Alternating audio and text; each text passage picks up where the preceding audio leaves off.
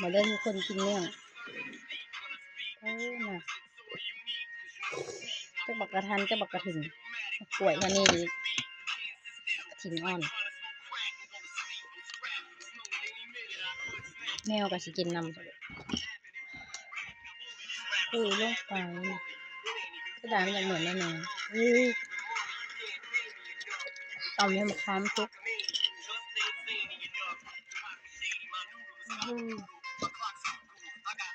ป่วยท่านี่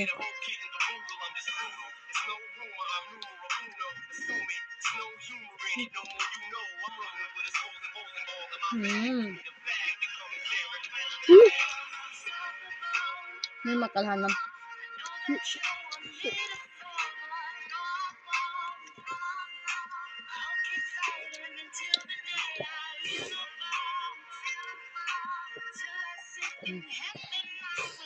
บอกกะทบอกบักทันส้มก็เคยกินเมี่ยงกับบักกะทันคัก